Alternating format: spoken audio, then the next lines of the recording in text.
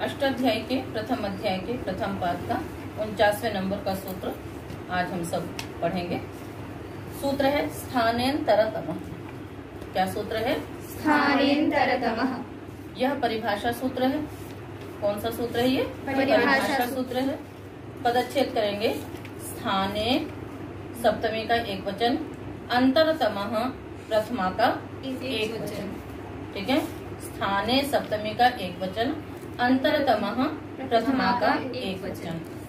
स्थाने में तो कोई समास नहीं होगा, अंतरतमः में भी समास तो नहीं है कोई भी, किंतु इसमें प्रत्यय होगा। ठीक है। तो अंतरतमः में क्या प्रत्यय है? तमक प्रत्यय। क्या प्रत्यय हो रहा है इसमें? तमक प्रत्यय। तमक प्रत्ययांत शब्दों का हम विग्रह क्या करते हैं? अयम अंतरः, अयम अंतरः, अयम अंतरः, है ना। अयम एषु अतिशयेन अंतरः इति अंतरतमः। ठीक है। अंतर का अर्थ होता है सदृश। अयम अंतरः, अयम अंतरः, अयम अंतरः, अयम अंतरः। ठीक है। अयम एषु अतिशयेन अंतरः इति अंतरतमः। यह भी सदृश है, यह भी सदृश है, यह भी सदृश है। अंतर शब्द का अर्थ है सदृश। यह भी सदृश, यह भी सदृश, यह भी सदृश, यह भी सदृश। इन सब में ये सबसे अधिक सदृश है, उसको हम क्या कहेंगे? सदृशतम अथवा अंतरतम। तो अंतरतम का अर्थ क्या हो गया? सबसे अधिक सदृशतम, सबसे अधिक मिलता जुलता। सदृश मतलब क्या होता है? उसके समान, तो जो सबसे अधिक मिलता जुलता है। तो अंतरतम का समझ में आ गया कि अयम एषाम अतिशयेन अंतरः, है ना। अयम अंतरः, अयम अंतरः, अयम अंतरः, अयम अंतरः। अयम एषाम एषु वा अतिशयेन अंतरः इति अंतरतमः, है ना। निर्धारण कर दिया। तो यतश्च निर्धारणम से षष्ठी और सप्तमी दोनों विभक्तियां होती हैं, इसलिए आप चाहे तो ये अर्थ कर लीजिए कि एषु अयम अतिशयेन अंतरः अथवा एषाम अयम अतिशयेन अंतरः, दोनों ही ठीक है। ठीक है। तो अंतरतमः यहाँ पर अतिशायने तम विष्णु से क्या हो गया? तम प्रत्यय हुआ। अब सूत्र का अर्थ तो सीधा सीधा स्थाने अंतरतमः आदेशः भवति, क्योंकि स्थान में आदेश ही होता है, इसलिए क्या अर्थ हो गया? स्थाने अंतरतमः आदेशः भवति। ये सीधा सीधा अर्थ हुआ। थोड़ा सा हम इसको विस्तृत करेंगे, व्याख्या रूप में अर्थ कर लेंगे कि स्थाने प्राप्यमाणानाम, स्थाने प्राप्यमाणानाम आदेशानाम अंतरतमः अर्थात सदृशतमः आदेशः भवति। स्थाने प्राप्यमाणानाम, स्थान में प्राप्त होने वाले, प्राप्यमान, यहाँ पर शानच प्रत्यय हुआ। तो क्षत्रिय शानच का अर्थ क्या हो जाता है? होने वाला, अभी मतलब जो हो रहा है, चल रहा है। तो स्थान में प्राप्त होने वाले जो आदेश हैं उनमें सदृशतम, जो सबसे अधिक सदृशतम मिलता जुलता आदेश होता है, वही होता है। ठीक है। मतलब कोई स्थान है, उसके स्थान पर हमें कोई आदेश करना है, तो ये नहीं कि कोई भी आदेश कर देंगे। जैसा आप समझो कि मान लो हमने कहीं पर यात्रा के लिए कोई एक समूह का चयन किया, किसी एक टीम का हमने चयन किया, उसमें कोई एक कन्या या तो अस्वस्थ हो गई है या कोई बात हो गई। अब यदि हमें उसके स्थान पे किसी का चयन करना होगा तो क्या करेंगे? उसी के समान गुण वाली का करेंगे ना। या तो उसके समान कक्षा वाली हो, जो उसके समान वेद पाठ कर सकती हो, जो उसके समान गा सकती हो, जो उसके समान भाषण बोल सकती हो। ऐसा तो नहीं कि किसी के भी स्थान पे किसी को भी कर लेंगे, है ना। मान लीजिए कहीं पर एक डीएम का यदि तबादला होता है या डीएम को हटाया जाता है, तो एक डीएम के स्थान पे उसी के समान गुण वाला, जो सबसे अधिक उससे मिलता जुलता होगा, ऐसे ही डीएम का स्थानांतरण होता है। ये नहीं कि डीएम को हटाया तो किसी को भी ला करके रख देंगे, ऐसा तो नहीं होता है। तो किसी के भी स्थान में कोई आदेश होता है तो लोक में भी ऐसा ही होता है, और उसमें भी भाई वो मिलाना पड़ेगा कि जो सबसे अधिक, है ना, उसके अनुसार गुण इत्यादि जो भी हैं वो सबसे अधिक मिलता जुलता है, उसी को ही उसके स्थान पे जैसे करते हैं। इसी प्रकार व्याकरण शास्त्र में भी क्या होगा कि जैसे चवर्ग के स्थान में कवर्ग आदेश करना है, तो जिसका स्थान प्रयत्न सब कुछ मिल रहा होगा, है ना, उसका ही आदेश वही आदेश होता है। जैसे आप आदेश करते हैं ना, ई के स्थान पे गुण करना है, तो हम क्या कर लेते हैं कि मान लीजिए आपने प्रयत्न केल मिलाया, पर किसी का प्रयत्न भी मिल रहा है और स्थान भी मिल रहा है, तो ज्यादा अधिक मिल रहा है जो सदृशतम है, उसको हम आदेश कर देते हैं। तो वही सूत्र ने अर्थ कहा कि स्थान में प्राप्त होने वाले जो आदेश हैं वे सदृशतम होते हैं। ठीक है, चलिए अब ये जो आंतर्य है, अंतरतमता यानी जो आंतर यानी जो सादृश्य है, वे हम 4 प्रकार से मिलाते हैं। कितने प्रकार से देखते हैं? 4 प्रकार से। तो इसलिए कहा कि 4 प्रकार के आंतर्य होते हैं। वे आंतर्य कौन कौन से हैं? स्थानकृतम, अर्थकृतम, गुणकृतम, प्रमाणकृतम च, है ना। आंतर्यम चतुर्विधम। आंतर्य 4 प्रकार का है, स्थानकृत, अर्थकृत, गुणकृत और प्रमाणकृत। स्थानकृत का तात्पर्य क्या हो गया? वर्णों के जो उच्चारण के स्थान हैं। यदि कंठ स्थान है तो उसके स्थान पे होने वाला आदेश भी कौन सा होना चाहिए? कंठ ही होना चाहिए। तालव्य है तो तालव्य ही होना चाहिए। तो ये स्थान से हमने आंतर्य मिलाया। दूसरा अर्थकृत है। यदि एक वचन के स्थान पे आदेश कर रहे हैं तो एक वचन के अर्थ को कहने वाला ही आदेश भी होना चाहिए। यदि द्विवचन का है तो द्विवचन वाला आदेश होना चाहिए। कहाँ ध्यान है? इसी प्रकार से गुणकृत, ठीक है ना। गुणकृत में हम क्या मिलाते हैं? ज्यादातर जो बाह्य प्रयत्न है, घोष अघोष इत्यादि, वो इसमें देखते हैं गुणकृत में। और प्रमाणकृत में, प्रमाण माने मात्रा, एक मात्रिक के स्थान पे एक मात्रिक आदेश, द्विमात्रिक के स्थान पे द्विमात्रिक आदेश, त्रिमात्रिक के स्थान पे त्रिमात्रिक आदेश। तो इस प्रकार से जो आपने आंतर्य देखा, जो सादृश्य देखा, वो कितने प्रकार से देखते हैं? हम 4 प्रकार से देखते हैं। तो उदाहरण भी हम आपको क्रमशः 4 के देंगे। सबसे पहले स्थानकृत का है दंडाग्रम, दधीदम, भानुदयः। दंडाग्रम, दधीदम, भानुदयः। अर्थकृत का उदाहरण है अभवताम वातंड्य युवती। अभवताम वातंड्य युवती। गुणकृत का उदाहरण है भागः त्यागः यागः।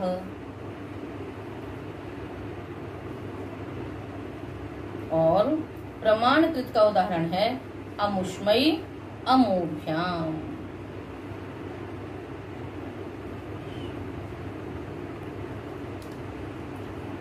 बोलिए एक बार आप लोगों ने क्या क्या उदाहरण लिखे? स्थानकृत का दंडाग्रम, दधीदम, भानुदयः। अर्थकृत का अभवताम वातंड्य युवती। वातंड्य युवती एक है, वातंड्य युवती ही। और भागः त्यागः यागः। प्रमाणकृत का अमुष्मयी अमूभ्याम। अमुष्मयी अमूभ्याम। अच्छा, अब आप लोग बताइए कि इनमें से आप लोग कौन कौन सी सिद्धियां पहले पढ़ चुकी हैं? भागः त्यागः यागः की, और अमुष्मयी अमूभ्याम भी पढ़ चुके हैं। ठीक है, तो इस प्रकार से अमुष्मयी अमूभ्याम पढ़ चुके हैं, है ना? नहीं पढ़े हैं तो वो अमू तो पढ़ा ही है। शेष सूत्र का जो उदाहरण आप पढ़ रहे थे उसमें आप नहीं अदसो मात, है ना, तो उस प्रकार के उदाहरण पढ़ चुके हैं। तो फिर भी अभी यहाँ पर आपको दोबारा हम बता देंगे। तो सबसे पहले स्थानकृत का है। स्थानकृत में तो बहुत ही आसान है, कोई आपको उसमें परेशानी नहीं है। उदाहरण क्या है उसमें? आपने देखा दंडाग्रम है जैसे, ठीक है। दंड आगे अग्रम, तो दंड उसके पश्चात क्या है? अग्रम। यहाँ पर हम सूत्र लगाते हैं अतः सवर्णे दीर्घ। क्या अर्थ है सूत्र का? अतः उत्तरस्य सवर्णे अचिपरतः पूर्वपरयोः स्थाने पूर्व सवर्ण दीर्घ एकादेशो। पूर्व सवर्ण यहाँ पर नहीं, केवल सवर्ण दीर्घ एकादेशो भवति पूर्व परयो स्थाने। अक से उत्तर सवर्ण अचपरे हो तो पूर्व पर के स्थान पे सवर्ण दीर्घ एकादेश होता है। अब यहाँ पर दंड का अ अक से उत्तर है, इधर भी सवर्ण अचपरे है। ये आपको कैसे मालूम कि सवर्ण है? सूत्र से बताइए। नहीं, पहले तो सवर्ण संज्ञा कैसे होती है वो बताएंगे आपको। सवर्ण संज्ञा करने वाला सूत्र तुल्यास्य प्रयत्नम सवर्णम। उसने कहा कि जिनका स्थान और प्रयत्न तुल्य है वही परस्पर सवर्ण संज्ञक होते हैं। तो अ और आ दोनों का स्थान तुल्य है, अतः ये दोनों सवर्ण संज्ञक हैं। अक से उत्तर सवर्ण अच पर है, पूर्व पर के स्थान पे सवर्ण दीर्घ एक आदेश होना है। ठीक है, तो अब यहाँ पर हम क्या करेंगे, तो कैसे हम मिलाएंगे कि ये उसका सवर्ण दीर्घ है तो वही स्थानांतरतम, स्थान में अंतरतम आदेश होते हैं, सूत्र ने बताया। अतः अ का सवर्णी दीर्घ कौन होगा, आ, क्योंकि अ का स्थान क्या है, अकुह विसर्जनीय कंठ्याः, और आ का भी स्थान अकुह विसर्जनीय कंठ्याः। क्यों, अकुह में तो आ कहा है, आ तो नहीं कहा है। अ से उसके सवर्णी का भी ग्रहण हाँ, हो जाएगा। आ से उसके सवर्णी कितने हैं आके भेद, 18। तो आ के जो 18 भेद हैं उन सब का ग्रहण हो जाता है। ठीक है, तो आ का सवर्णी दीर्घ कौन होगा, आ, क्योंकि दोनों का स्थान समान है, तो स्थान कृतांतर हो गया। ठीक इसी प्रकार से आप क्या करेंगे, दधि इदम, तो ई और ई इन दोनों का सवर्ण स्थान कृतांतरी से मिलता हुआ कौन सा दीर्घादेश होगा, ई, तो दधीदम, यदीदम, और भानु उदय, तो ऊ और ऊ के स्थान पे भानुदय। ठीक है, तो ये तो स्थान कृत का आपका बहुत ही सरल था। आगे चलते हैं हम अभवताम। अभवताम किसका उदाहरण है, अर्थकृत का। तो अभवताम जो रूप है ये लंग लकार के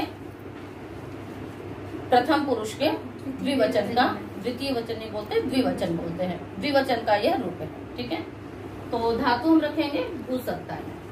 क्या धातु रखेंगे, भूसत्तायाम धातु। भूवाद्य धातु से धातु संज्ञा किया आपने। उसके पश्चात अनद्यतने लंग, क्या सूत्र का अर्थ होगा,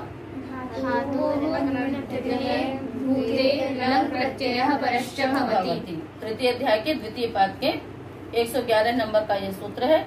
ऊपर से भूते की अनुवृत्ति इसमें आ रही है, तो सूत्र का अर्थ होगा धातोः अनद्यतने भूते लंग प्रत्यय परश्च भवति।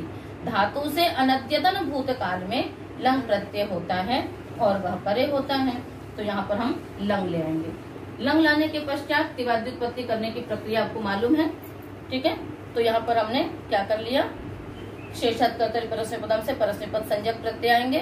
फिर उसके पश्चात शेषे प्रथमा से हमें यहाँ पर प्रथम पुरुष लेना है, और प्रथम पुरुष में भी द्विकयोर द्विवचनैक वचने लगा करके हम भू के स्थान पे क्या ले आएंगे, तस् लाएंगे। ठीक है, तस् की सार्वधातुक संज्ञा हो जाएगी।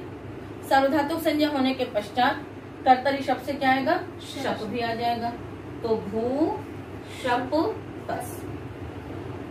इसके पश्चात क्या करेंगे, लुंग लंग रिंग छोटोदात्त, शब्द के पहले भू की संज्ञा करिए। ठीक है, और यहाँ पर आप क्या कर लेंगे, लुंग लंग रिंग परतः अंगस्य अडागमो भवति, आपने अडागम भी कर लिया, तो अट का शेष बचा अ, उसके पश्चात क्या है, भू भू, शब्द का क्या शेष बचेगा बच्चों, श की संज्ञा से, प की हलंत से शेष बचा अ, और उसके पश्चात है तस्। ठीक है, इसके पश्चात हमने सूत्र लगा दिया, सार्वधातुक अर्धधातु का यो हो। शब्द सार्वधातु के परे रहते भू की जो अंग संज्ञा हुई थी वह इगंत अंग है, अतः सार्वधातु अर्धधातु के परे रहते इगंत अंग को गुण होता है। यहाँ सार्वधातु परे है, इगंत अंग है भू, इसके स्थान पे क्या करेंगे, गुणे का आदेश करेंगे। ऊ के स्थान पे क्या गुण होगा, ओ, ये स्थान कांतरीय गुण में यदि करेंगे तो उसका भी बन सकता है, तो भू के स्थान पे आपने ओ गुण कर लिया। ठीक है, तो अ वो अ तस, एचो एवायव लगा लीजिए, उससे अवाद क्या अर्थ है एचो एवायव का, एच स्थाने अचि परतः यथा संख्यम अये अव आय आव इत्येते आदेशाः भवन्ति। तो इस दृष्टि से यहाँ पर हमने अर्थ किया, स्थिति रखी, अ भो को अवादेश हो गया, भव शप इसमें मिल गया, अ भव अ आगे तस। ठीक है, अब यहाँ पर एक सूत्र लगता है, तस थस थम विपाम ताम तम ताम। ये सूत्र निकाल लेंगे आप सब। ये तृतीय अध्याय के चतुर्थ पाद के 101 नंबर का सूत्र है।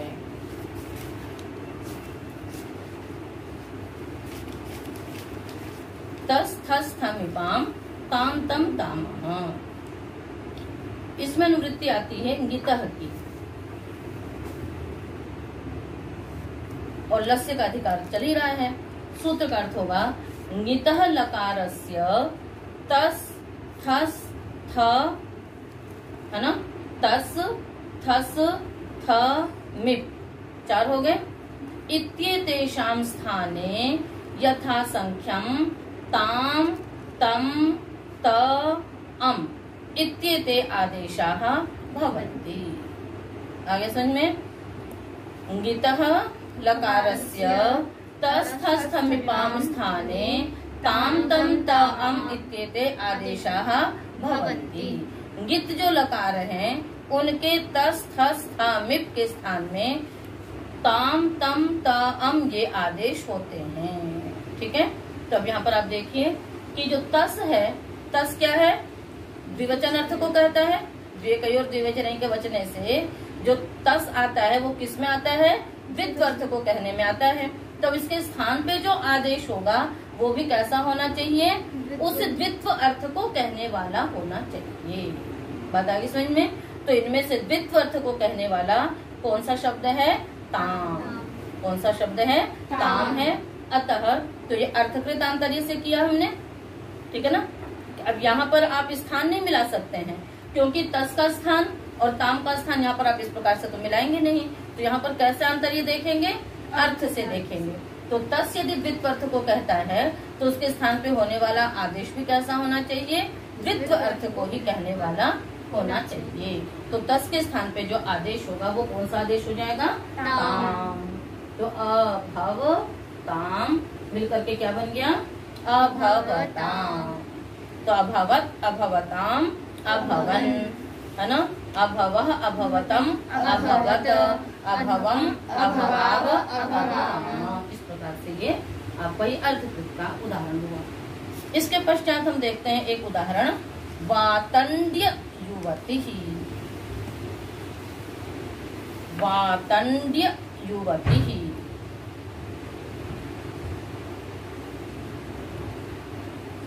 ठीक है। इसका तात्पर्य क्या हो गया, वतंड व्यक्ति की, है ना, वतंड युवती की, वतंड पुरुष की युवती पौत्री, वतंड पुरुष की युवती, युवती मतलब युवा पौत्री, उसको क्या कहेंगे, वातंड्य युवती ही। तो पहले हम इसका विग्रह करेंगे, वतंडी चासौ युवतिश्च, वतंडी चासौ युवतिश्च इति वातंड्य युवती ही। तो पहले हम क्या बनाएंगे, वतंडी, पहले हमको वतंडी बनाना होगा, फिर उसके साथ युवती का संबंध लगाएंगे। तो आइए सिद्धि करते हैं। सबसे पहले आप रखिए वतंड, वतंडी बनाने के लिए आपने रखा वतंड, वतंडस्य अपत्यम स्त्री इति वतंडी, ठीक है। तो वतंड आगे ngस, वतंड आगे ngस। उसके पश्चात तस्यापत्यम के अधिकार में एक सूत्र आपने याद किया है, वतंडाच्च। क्या सूत्र याद किया है, वतंडाच्च। सूत्र निकाल लीजिए, 4-1-108।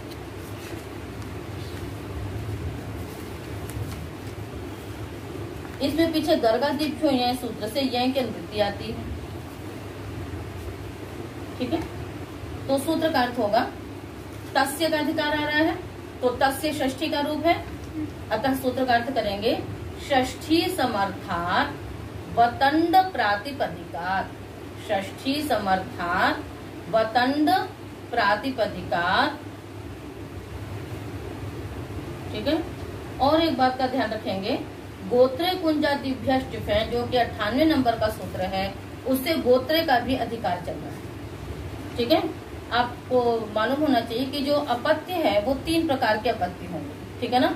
एक तो क्या है, जिसको हम कहते हैं अनंतर आपत्ति। अनंतर आपत्ति का मतलब क्या होता है कि जो बिल्कुल सीधी संतान, मतलब पिता का पुत्र, जो पिता का पुत्र है वो क्या है आपका अनंतर। अंतर मतलब व्यवधान और अनंतर मतलब अव्यवधान, यानी व्यवधान रहित जो पुत्र उसको क्या कहेंगे, अनंतरापत्य यानी बिल्कुल पिता का पुत्र। दूसरा है गोत्रापत्य। दूसरा क्या है? गोत्रापत्य।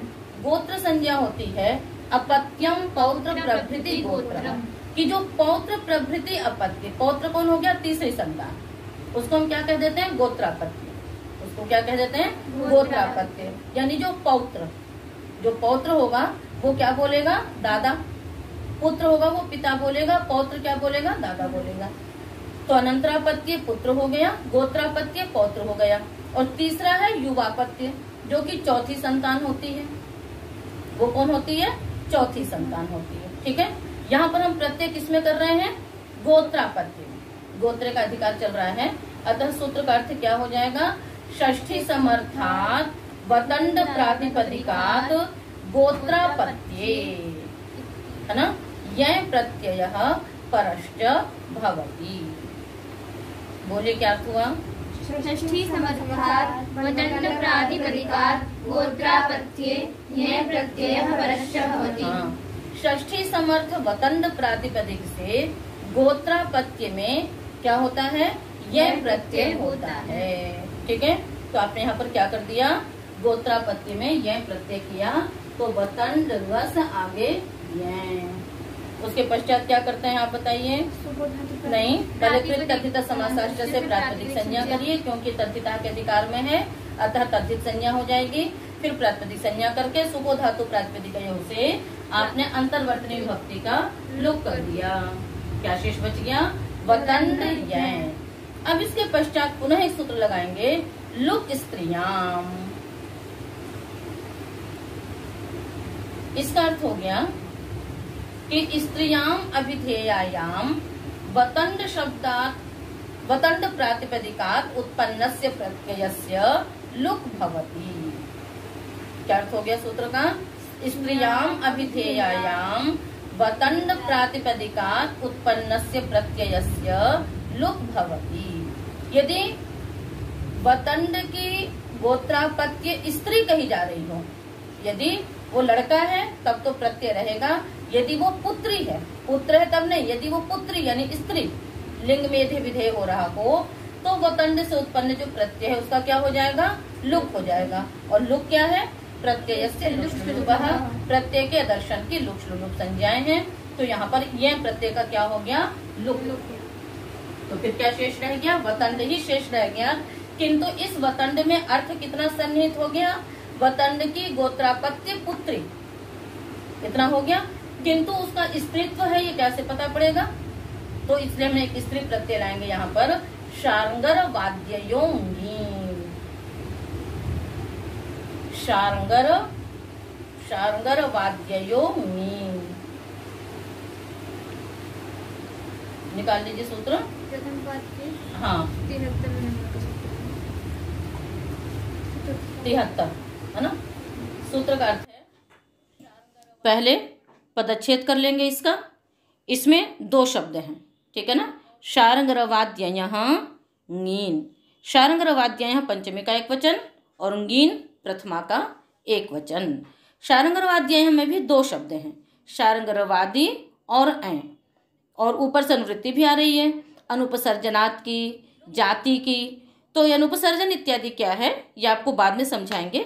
अभी आप केवल सूत्र का अर्थ समझ लीजिए कि जातिवाचिभ्यः अनुपसर्जनेभ्यः शार्ंगरवादिभ्यः अयन्तेभ्यश्च प्रातिपदिकेभ्यः स्त्रियां ङीन प्रत्ययो भवति। जातिवाची अनुपसर्जन शार्ंगरवादी गण पठित प्रातिपदिकों से और अयंत प्रातिपदिकों से स्त्रीलिंग में ङीन प्रत्यय होता है।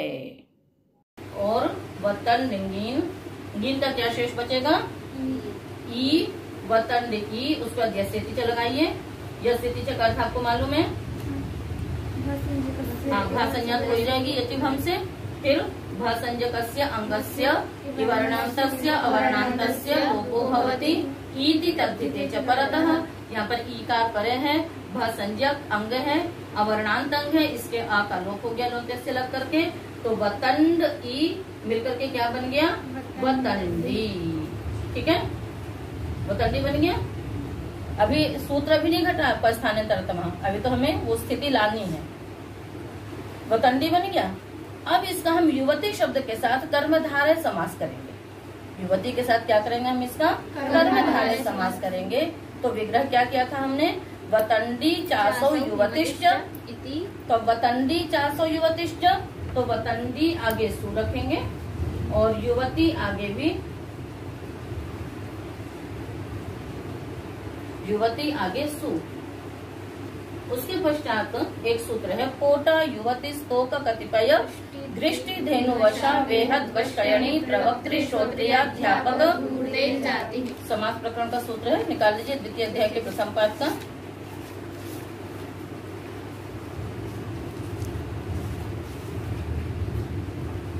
पोटा है ना, पोटा युवती स्तोक कतिपय दृष्टि धेनु वशा वेहद वशयणी प्रवक्त्री श्रोत्रिय अध्यापक धूर्त इत्येतैः समर्थैः सुबन्तैः सह। और इसमें समान अधिकरण की वृत्ति आ रही है पूर्व काले का सर्वजगत पुराण नव केवल सूत्र से।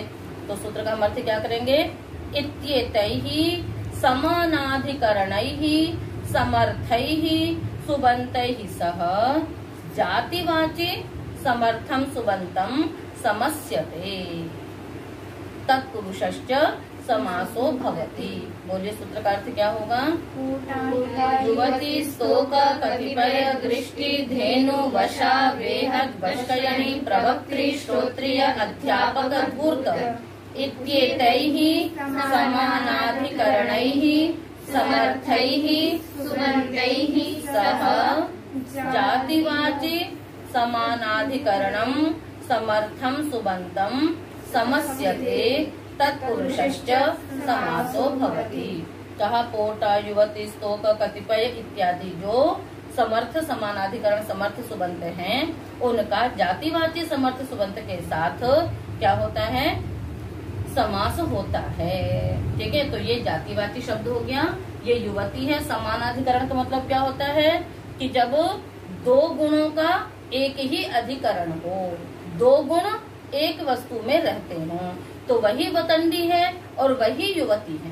वतंडी कोई और नहीं है कि वतंड की गोत्रापत्य पुत्री जो है वो कोई और है, युवती कोई और है, नहीं, बल्कि क्या है यहाँ पर वही गोत्रापत्य है और वही युवती है। तो समानाधिकरण हो गया। तो समानाधिकरण समर्थ सुबंत का आपस में समास हुआ। और जो समानाधिकरण तत्पुरुष समास होता है वह कर्मधारय संज्ञक होता है। तत्पुरुषः समानाधिकरणः कर्मधारयः। समानाधिकरण तत्पुरुषः कर्मधारय संज्ञको भवति, इसलिए कर्मधारय संज्ञक हो जाता है ये। तो तत्पुरुष का ही भेद बताया था आपको ये। अब इसके पश्चात आपने कृत्यधिक समासाष्ट्र से दोनों की पूरे की प्रातिपदिक संज्ञा की, फिर सुपो धातु प्रातिपदिकयों से अंतर्वर्तनी विभक्तियों का लुक किया आपने। क्या शेष रह गया, वतंडी युवती। यहाँ तक हो गई स्थिति।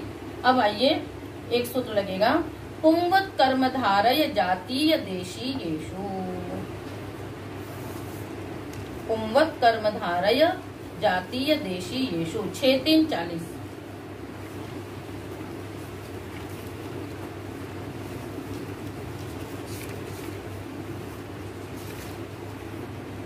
पुंवत तो शब्द में है ही,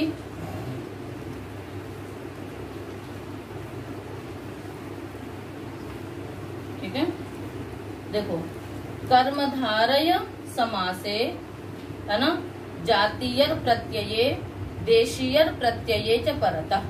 कर्मधारय समासे जातीयर देशीयर प्रत्यये च परतः स्त्रियाः पुंवत भवति। स्त्रियाः पुंवत भाषित तो सूत्र इससे पहले 33 नंबर का, उससे स्त्रियाः की वृत्ति आएगी। ठीक है, सूत्र का अर्थ क्या हो गया, कर्मधारय समासे जातीयर देशीयर प्रत्यये च परतः स्त्रियाः पुंवत भवति, है ना, उत्तर पदे परतः। तो कर्मधारय समास में उत्तर पद परे ले लेंगे और शेष देशीयर अथवा जातीय प्रत्यय परे होगा। तो स्त्री लिंग में वर्तमान जो शब्द है उसको पुंवत हो जाता है। क्या हो जाता है उसको, पुंवत। यानी स्त्रीलिंग जब भी कर्मधारय समास करेंगे तो पूर्व पद में स्त्रीलिंग वाला शब्द प्रयुक्त नहीं होता है, उसको क्या हो जाया करता है, उसी शब्द का जो पुल्लिंग रूप होता है वो आ जाता है। बात समझ में आ गई। तो वतंडी तो स्त्रीलिंग में बनाया था आपने ङिप प्रत्यय करके। अब हमको क्या करना है, इसके पुल्लिंग अर्थ को कहने वाला शब्द का अतिदेश करना है, आदेश करना है हमको। ठीक है, तो क्या आएगा, वतंड शब्द से हमने पुल्लिंग में क्या प्रत्यय किया था, यह। स्त्रीलिंग में ना उसका लुक हुआ था, किंतु पुल्लिंग में तो क्या था आपका, यह प्रत्यय था। यह प्रत्यय करते तो आदियज को वृद्धि होकर क्या शब्द बनता, वातंड्य। बात समझ में आई, नहीं आई? स्त्रीलिंग में वर्तमान जो शब्द होता है हमको पुल्लिंग में कर देना है। ठीक है, तो बिल्कुल उसी अर्थ को कहने वाला करना है। यहाँ पर भी क्या अर्थ है, वतंड की गोत्रापत्य स्त्री, और हमको क्या कर देना, इसी का पुंवत अतिदेश करके क्या कर देना है, अर्थ वही रहेगा, किंतु जो अतिदेश होगा, जो उसके स्थान पे आदेश होगा, वो कौन सा होगा, उसी के पुल्लिंग अर्थ को कहने वाला होगा। मतलब जो पुल्लिंग में शब्द बनेगा, उस शब्द का अर्थ स्त्रीलिंग नहीं हो, पुल्लिंग नहीं हो जाएगा, पर क्या होगा, शब्द पुल्लिंग वाला रहेगा और अर्थ क्या रहेगा उसका, स्त्रीलिंग का ही रहेगा। ठीक है, तो या तो बहुरी समास होगा तो स्त्रिया पुंवत भाषित से पुंवत भाव हो जाता है, यदि कर्मधारय समास होता है तो पुंवत कर्मधारय से पुल्लिंग पुंवतकारी हो जाता है। स्त्रीलिंग में पूर्व पद में शब्द विद्यमान बहुत कम रहते हैं जहाँ निषेध किए गए हैं। तो वतंडी का पुंवत शब्द क्या होगा बताओ, वातंड्य। बता गई समझ में? तो पर अर्थ तो वही रहा ना। अब ये अर्थ का आदेश आपने किया था, तो जब पुंवत भाव हो करके वतंड शब्द भी हो सकता था, वतंडी का पुल्लिंग शब्द आप केवल वतंड भी रख सकते थे, किंतु जो अर्थ वतंडी का है वो वतंड का नहीं होगा। वतंडी में क्या अर्थ समाहित है, क्योंकि यंत से गिन किया है, और यह प्रत्यय किस अर्थ में होता है, गोत्रापत्य में। तो वतंडी में जो गोत्रापत्य वाला अर्थ समाहित है वो अर्थ वतंड शब्द में नहीं होगा। हमको क्या चाहिए कि जिस शब्द में गोत्रापत्य अर्थ भी समाहित हो रहा हो, उस अर्थ को कह रहा हो, तभी तो अर्थकृत आंतरी बनेगा।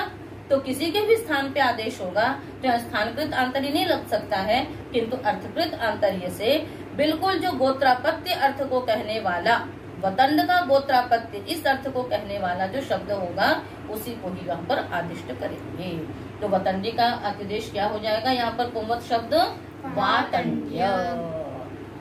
तो उस गोत्रापत्य अर्थ को तो कहने वाला शब्द होना चाहिए ना, यही अर्थकृत आंतर्य है। जैसे वहां पर क्या आंतर्य था कि वो द्वित्व अर्थ का वाचक होना चाहिए, ऐसे यहाँ पर गोत्रापत्य अर्थ को कहने वाला ही वहाँ पर शब्द होना चाहिए।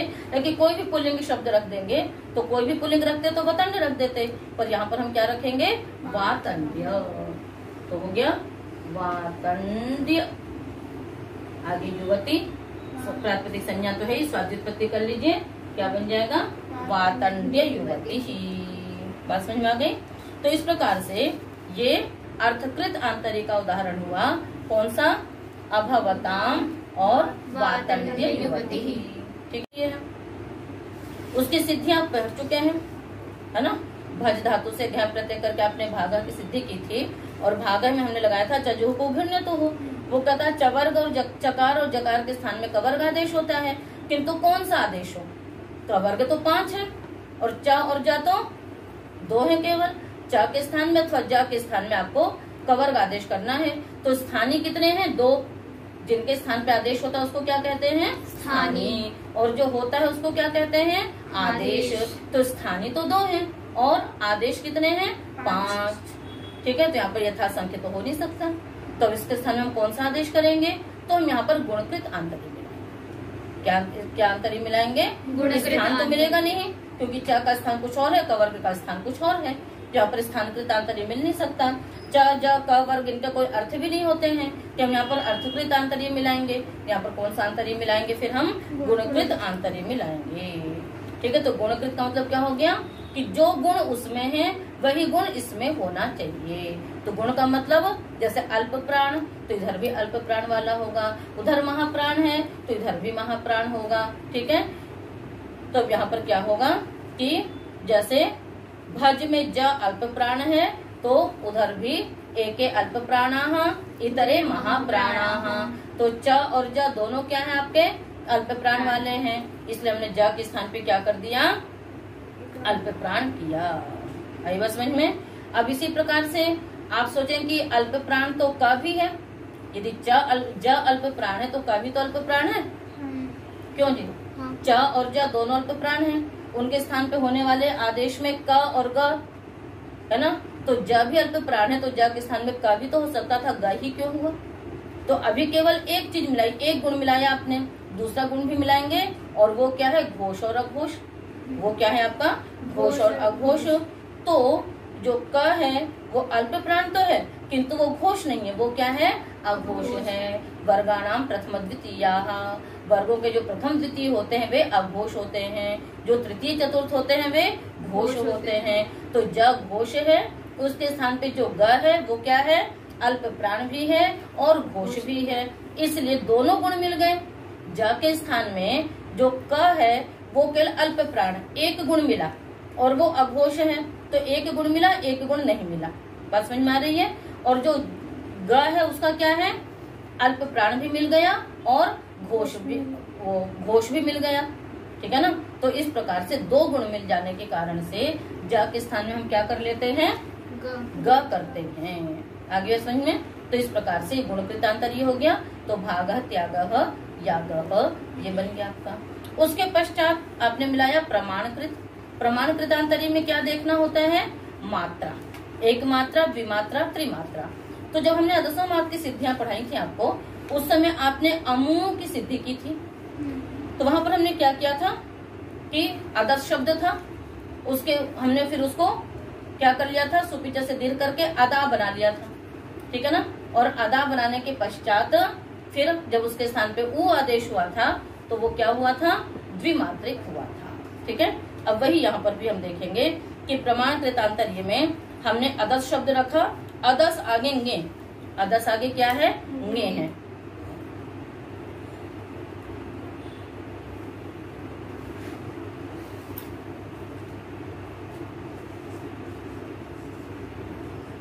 तेदादी नाम लगाते ही हैं।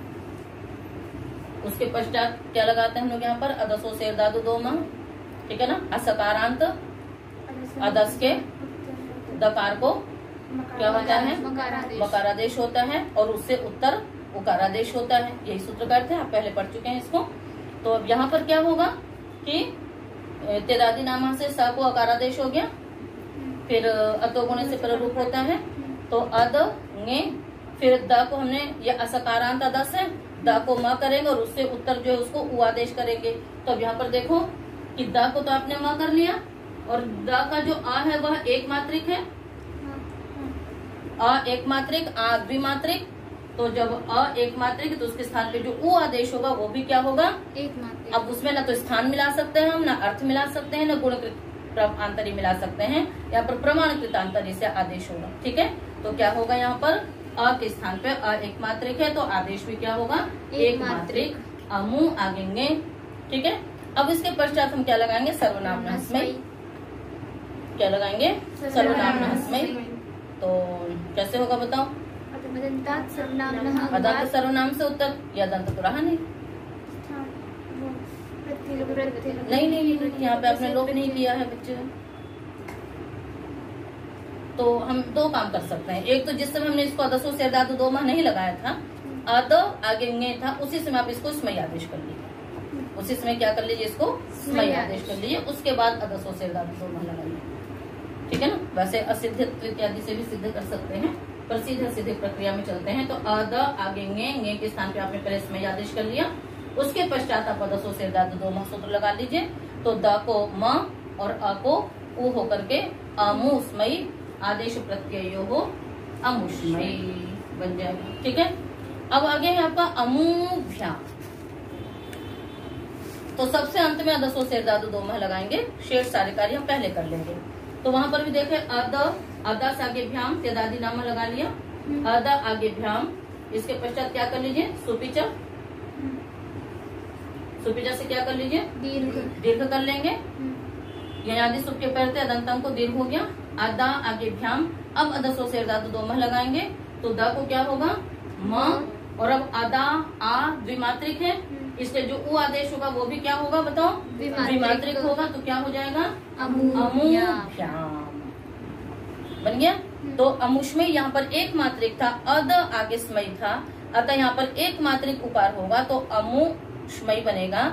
और जहाँ पर भ्याम है वहां पर आप सुपिचा से दीर्घ कर चुके हैं, अतः जो आदा बन गया वो द्विमात्रिक हो गया, तो द के पश्चात जो आ है उसको उस सूत्र तो कहा कि द से उत्तर जो भी है उसको उकार हो जाएगा। यदि वो एक मात्रिक है तो एक मात्रिक होगा, द्विमात्रिक है तो द्विमात्रिक होकर के क्या बन जाएगा? अमूभ्याम। तो अमुष्मयी अमूभ्याम। बात समझ में आ गया आपको? तो इस प्रकार से ये स्थानांतरतम सूत्र के आपने चारों आंतर्यों के उदाहरण पढ़ लिए, जिनमें से सिद्धियां तो आपने प्रायः पढ़ी हुई थी, किंतु उनको सूत्र में हमें कैसे घटाना है ये आपने देखा। तो 4 प्रकार के आंतर्य थे: अर्थकृत, गुणकृत, स्थानकृत, अर्थकृत, गुणकृत, प्रमाणकृत। स्थानकृत के उदाहरण में आपने स्थान घटाया, ठीक है, दंडाग्रम, मधुदम, मधुदकम, यदीदम इत्यादि में। उसके पश्चात गुणकृत अर्थकृत में अभवताम वातंड में आपने अर्थ घटाया, एक में द्वित्वर्थ के स्थान पे द्वित्वर्थ का वाचक, और वातंड युवती में गोत्रापत्य अर्थ को कहने वाला जो गोत्रापत्य पुंवत शब्द है वो होगा। और गुणकृत में आपने घोष और अल्प प्राण घटा करके कार्य किया, और प्रमाणकृत में एक मात्रिक के स्थान पे एक मात्रिक आदेश, द्विमात्रिक के स्थान पे द्विमात्रिक आदेश। इस प्रकार से ये 4 प्रकार से आंतर्य देख करके आपने सारी सिद्धियां पढ़ी। तो इस प्रकार से ये हो गया। तो आप ठीक से इन सिद्धियों को, स्थितियों को लिख करके विचार करके देखिए। आज इतना ही।